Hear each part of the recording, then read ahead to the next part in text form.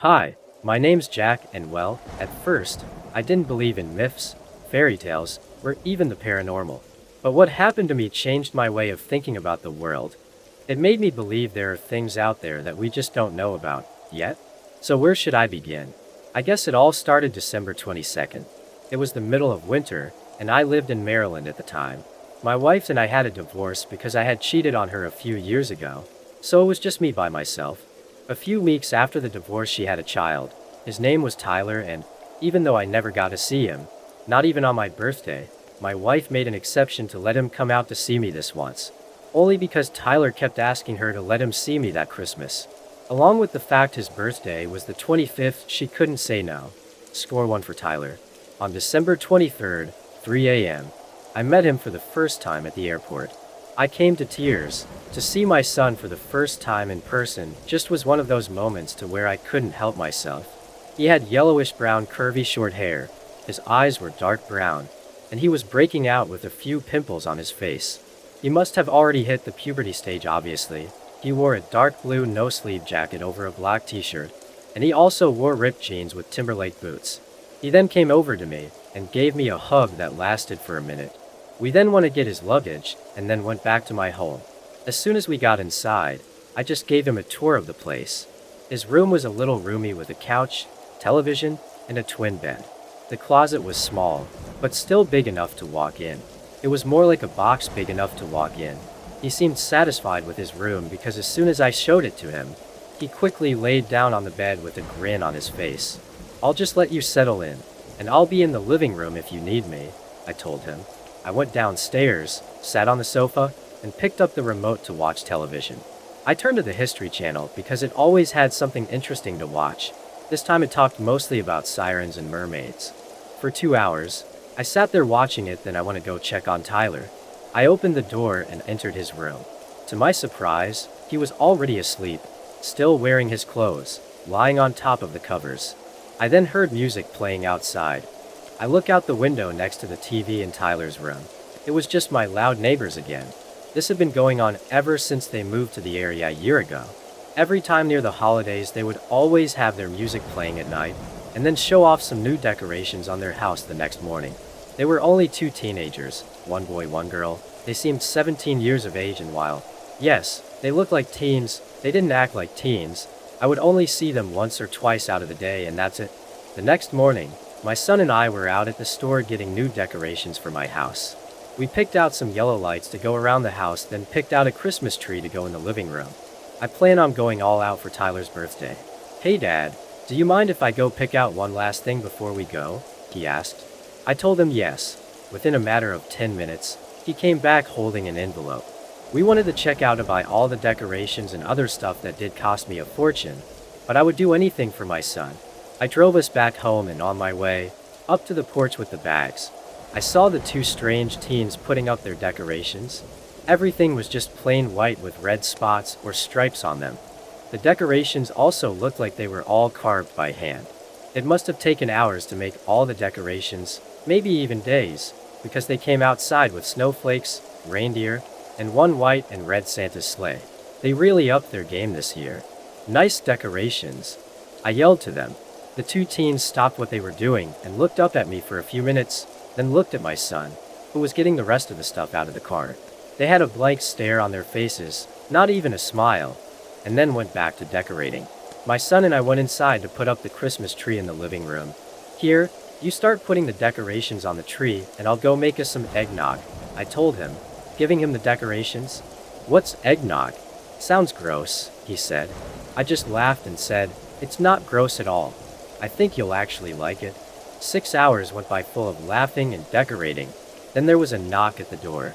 I go to the door and open it only to see an envelope on the ground. I closed the door and opened it.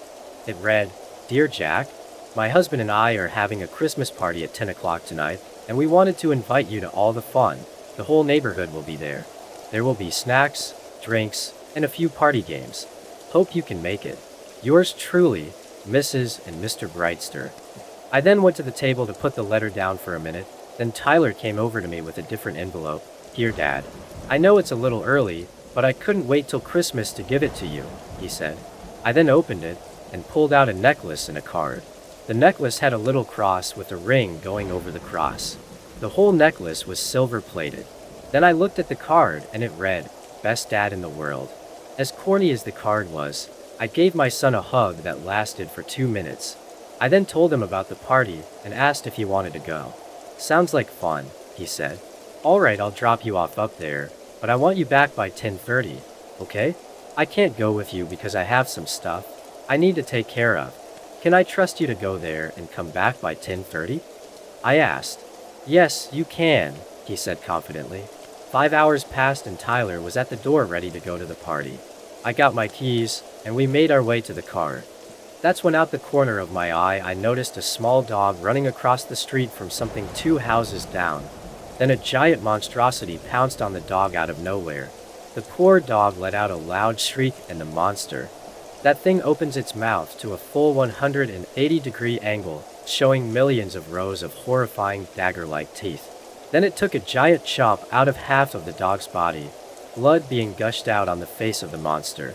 The dog let out 3 loud shrieks of pain, and then was silenced due to the loss of blood. And I looked as the monstrosity chewed the dog's lower body in its mouth, and it was like nothing I'd ever seen. Its mouth was extremely wide, and when it chewed, the whole mouth swooshed down, reaching a full 3 feet and then going back up again. Then I looked at its entire body. It was snake-like, and it must have been at least 12 feet.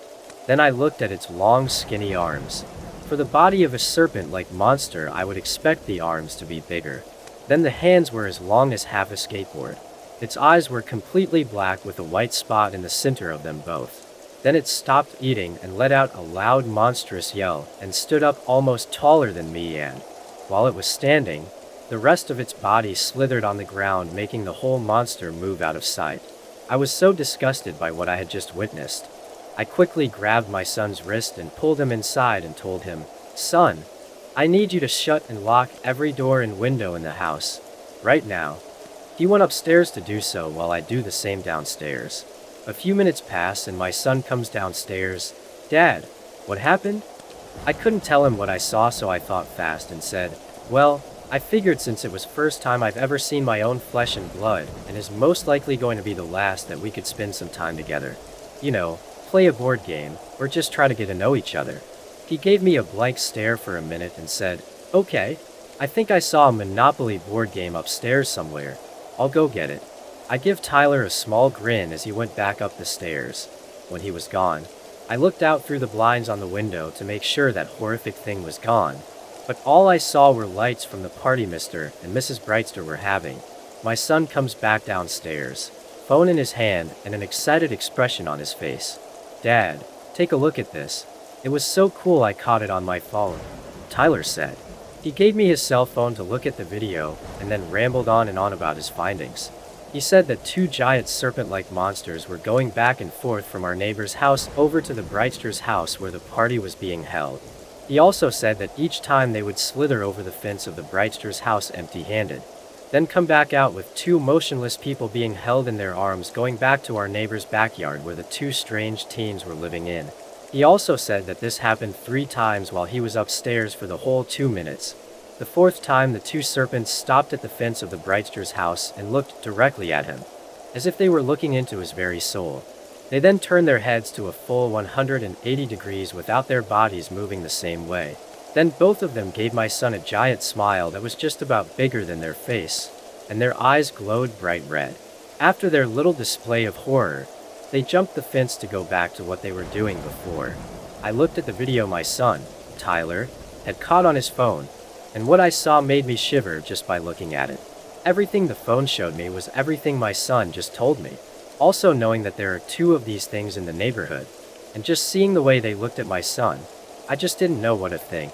To think those things could come after my son, no, I can't even imagine such a thing.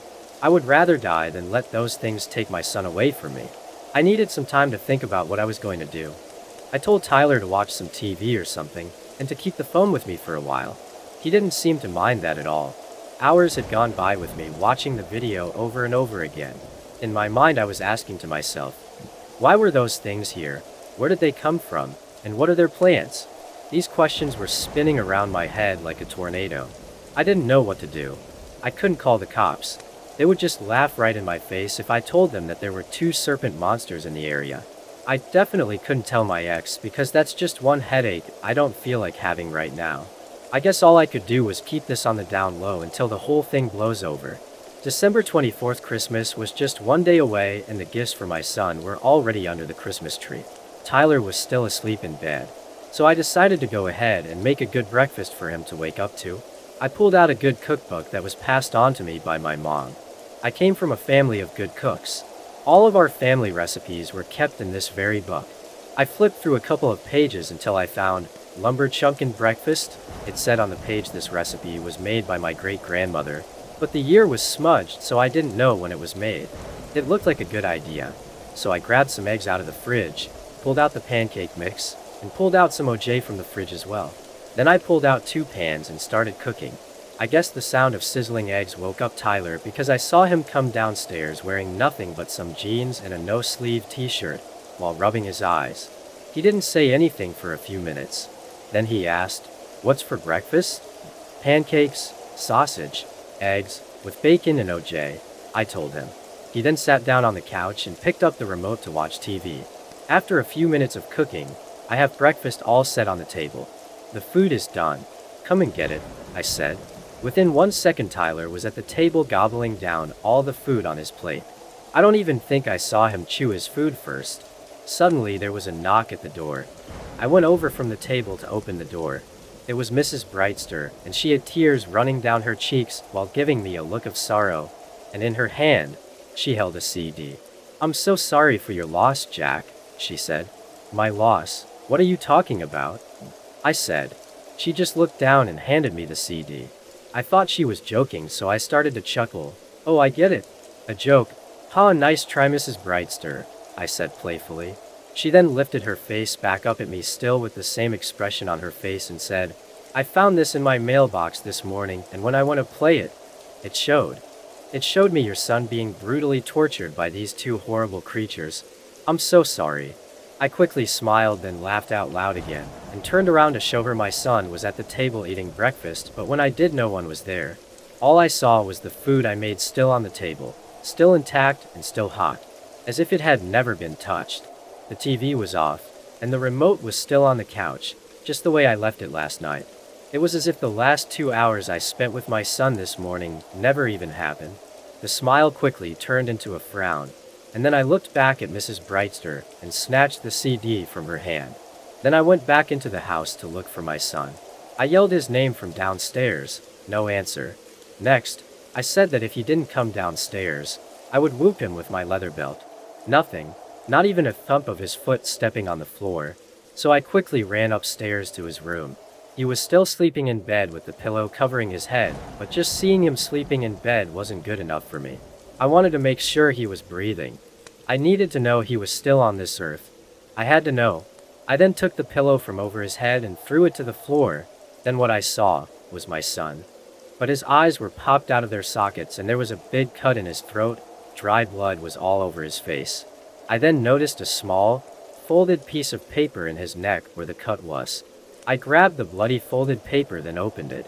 It read, "Look under the bed." And when I did what the note instructed, I found a small gift box wrapped with blue and green wrapping paper with a little bow on top of the box. I took the box from under the bed and ripped all the wrapping paper off and then opened the box. There was a little note that said, "Merry Christmas," and next to it one eyeball. Thanks for watching. Please like, share, and subscribe to listen to similar stories in future.